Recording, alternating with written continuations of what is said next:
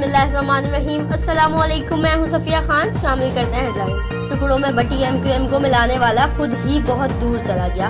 MQM रहनुमा अली रजा आबदी की नमाज जनाजा में governor Sindh Imran Ismail, PTI, PSP और दीगर जमातों के रहनुमाओं की शिरकत। अली रजा आबदी को डिफेंस कब्रिस्तान में सुपुर्द खाक कर दिया गया। साथी की जुदाई पर एमक्यूएम रहनुमाओं के दिल भर आए। हुकूमत में रहना है या नहीं, खालिद मकबूल ने सोच विचार शुरू कर दी। रऊफ सिद्दीकी भी खफा।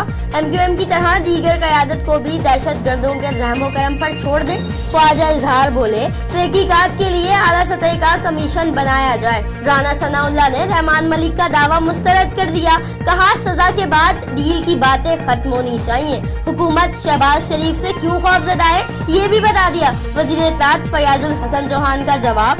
कहा, रहमान मलिक ने वजारत दाखिला के दौर में काफी लूट मार की, इनको अपनी मौत नजर आ रही है। आसिफ अली जरदारी का हशर भी नवाज शरीफ जैसा होगा। नियाजी साहब, इंतकामी कार्रवाइयाँ आपके गले का फंदा बनेंगी। ये वक्त हेर फेर का है, हम डट कर मुकाबला करेंगे। लाहौर में लीगी रहनुमा हमजा शहबाज की घनगरज। बोले, वजीर आजम के इंतखाब की तरह ये एहतसाब भी जाली है। फवाद चौधरी ने हमजा शहबाज के बयान को चोरी पर सीना जोरी करार दे दिया। इमरान खान ने वादा वफा कर दिखाया, ना कोई भूखा रहेगा और ना ही कोई सड़कों पर सोएगा। वज़ीर आज़म इमरान खान ने इस्लामाबाद में भी शेल्टर होम्स का इफ्तिताह कर दिया। खुसूसी ट्रांसपोर्ट सर्विस रात को शहर का दौरा करेगी।